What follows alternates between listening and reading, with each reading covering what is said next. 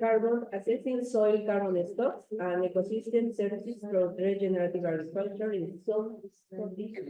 Just an introduction. In Diego's presentation, there was one of the last slides that is the perfect link towards my presentation, because it talked about biodiversity credits and our research topics, let's say, and the development of this tool is based more or less on this. So we would like to go a little bit further, not only to quantify the stocks in the soil, but maybe to quantify also some ecosystem services, because it seems that there are research groups that want to go in that direction. All of us know that if you apply regenerative practice, there are not only the benefit of carbon sequestration, but there are also co-benefit. So we have started from this, and we have developed a tool. So let's see. Just a brief summary. We will go in 4 main points. So the design and setting phase of the tool. We will see the user-friendly interface and some outcomes in terms of estimation, of course, of the ecosystem services in terms of graphs, but also the tools gave also numbers. And we will see also the ongoing activity and the future perspective that we are thinking about. So in this slide, there is the general idea, I would say, the workflow of the tool. So we identify in the wide range of the tools that are available, you know, let's say in the research academia groups, the Apex-based model, the Apex. Apex so is an open source model. And it based on the farming practice and on you have to go input, you have to serve territorial characteristics as morphologic, soil characteristic, or environmental parameters. Apex that contain inside different model for the simulation of carbon, nitrogen, and water cycle can produce some outputs. So basically from this output, we have retrieved some indicators that we call ecosystem services. So for who you don't know, Apex, as I said, the open source model developed in Texas from Wetland Research Center. And inside Apex, there are other equation models that allow to get a very wide various output. So you have inside the century, for example, you have inside, for example, also the revised universal solver equation. But let's go in implementation phase, because for example, if you want to use the Roulette equation, here you can see the equation. You have to input in the model different data. In this case, you will see my dedicated maps that are tailored on our living lab. We retrieve this input. So environmental parameters, in our case, we collected 20 years of data. Always, I want to highlight that for the moment, the model is based on our living lab, on our territory, our region. So the environmental parameters that we collected were, you can see solar radiation, maximum temperature, rainfall, and wind speed. So the model has this 20 years data and can also predict future scenarios. These are also other maps that we added in the tool for the superior definition This is another important concept of the apex, the sub-area. I will explain it better, but of course you need this map mainly on the basis of the soil. And for the crop parameters, as you see, there is an extensive list of parameters that you should insert, you could insert in the tool. In our case, some parameters were collected by previous project, some from iterative review, some were also measured in field. And this is the concept of sub-area, that it means homogeneous territorial units. We defined within our lab 70,000 sub-area. This is why, because the tool works as a hydrological model, so it needs to have well-defined the morphology of the territory. Cabon, the tool that we have developed, have a front end and a back end. So let's say the front end was developed in a user-friendly way, and the back end is the engine of the model, where there are the calculation, the production of the graphs, and so if you go and enter into the tool, you have this first, let's say, image where the screen, where you will select the ecosystem services. You can see that we identify mainly 5 ecosystem services that are soil organic carbon variation, nutrient cycle regulation, erosion control, the water cycle regulation, and what we call climate and greenhouse gases regulation. So next steps is to enter simulation data. Here there will be you will be asked how many years of simulation you want to do, when you want to start the simulation. You can choose also to start before. I would like to say that it's better to start before the simulation, because the model seems, for what we know, seems that need 5, 6, 7 years to adapt the simulation to restitute better data. Here you can set also database if your field derivation of water collection system or other. There is a drawing tool. You can select exactly your area. So if your farmer has experimental field, you can select in order to select exactly the area that you are simulating. And this is the farm management, where for each year of the simulation, you are requested to enter the farming management operation in terms of the equipment that the farmer is using, the fertilizer, irrigation method. The more you are specific, the better the simulation. So you have to enter for each year from the establishment of the orchard and during the conduction of the orchard, all this information. Sorry. Now, this is just a detail of the previous slides, where you can see the kind of equipment you are using, the tractor, and just to see the details. Then there is the soil parameter sheet.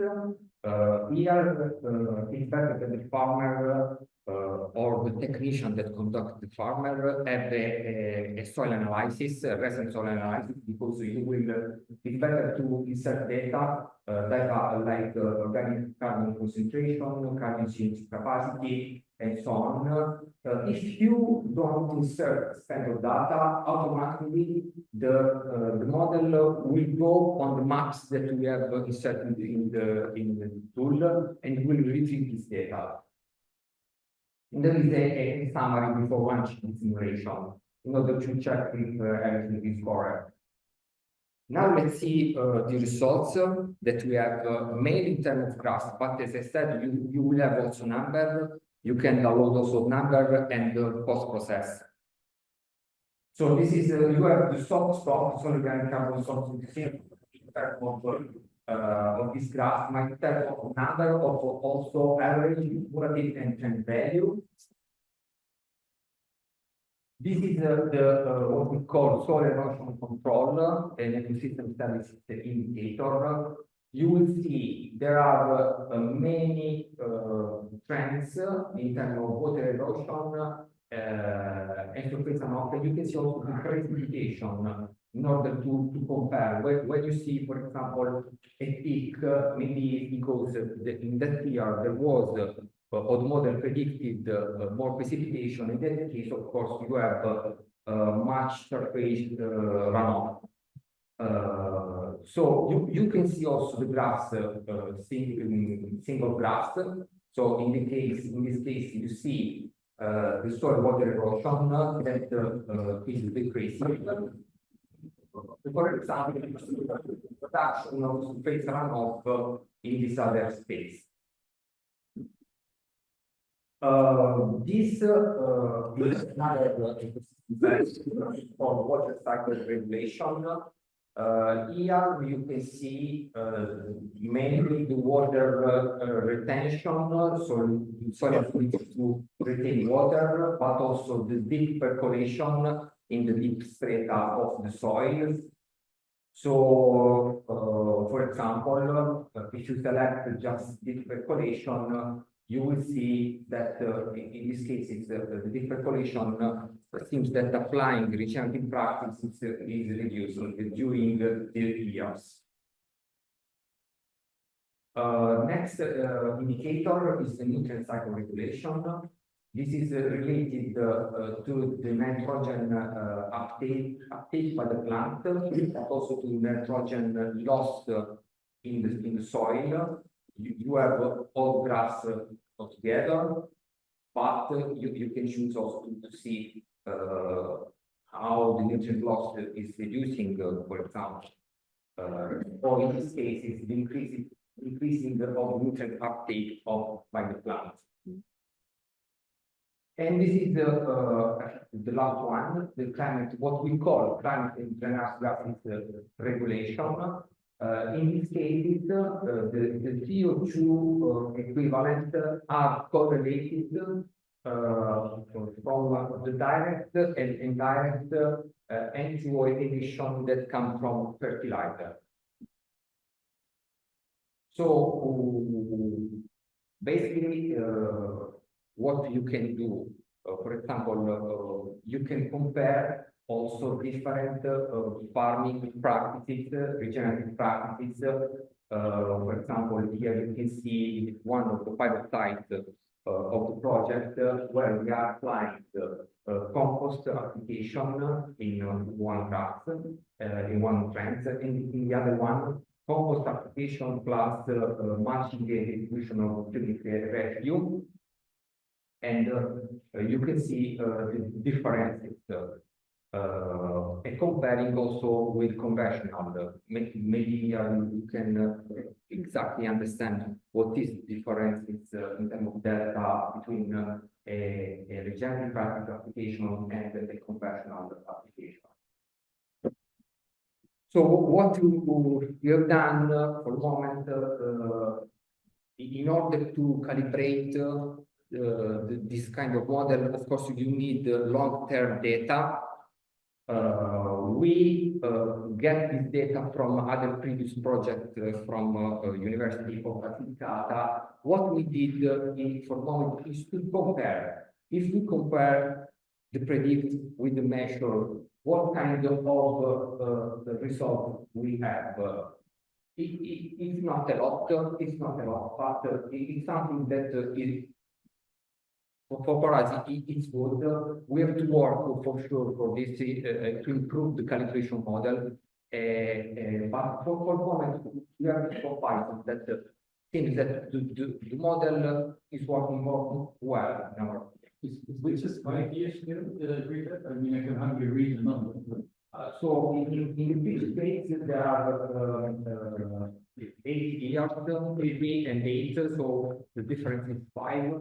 In the digital growth from 1 to 20 years, but we have 4 sampling during 20 years. 4 sampling during 20 years of stock to compare the results. So this which one is the measured and which is simulated, green and blue?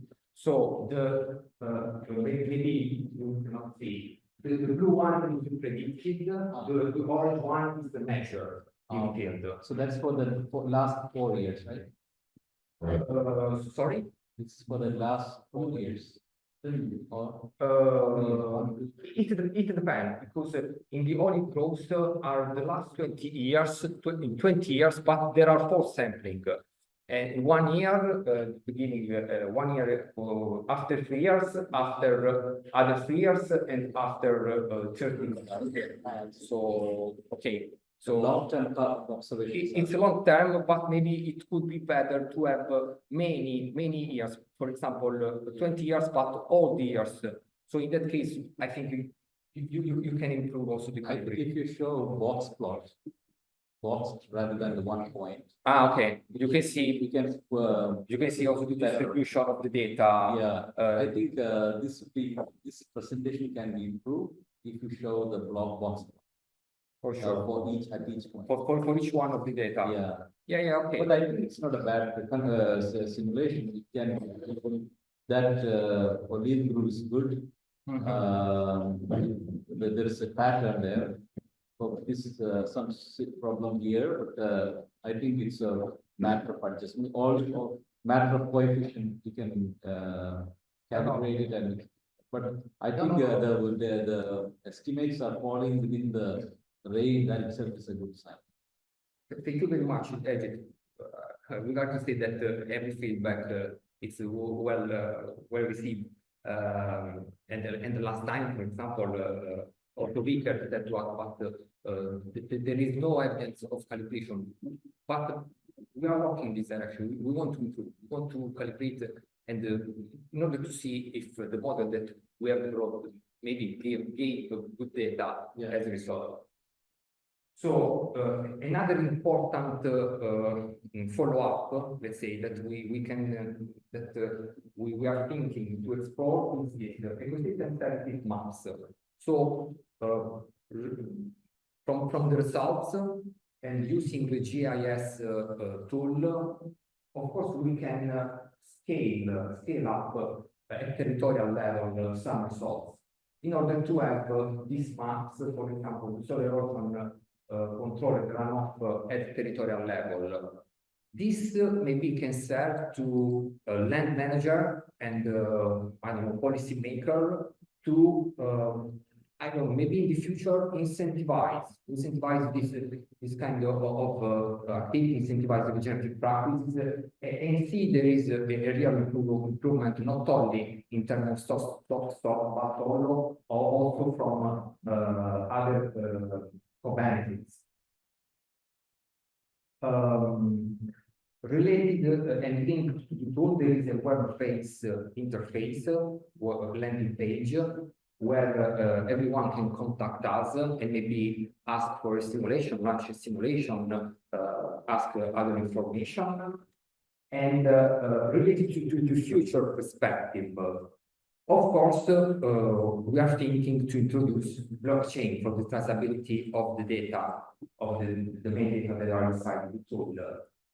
Of course, we are thinking to certificate and validate the tool, and maybe to certificate some agricultural supply chain towards this is the final, let's say, aim that we are thinking. It's more challenging to produce a new eco brand, for example, a new eco brand that is based on the ecosystem services. This is, let's say, the long term. In the short term, we are working to automatic data acquisition of field notebooks.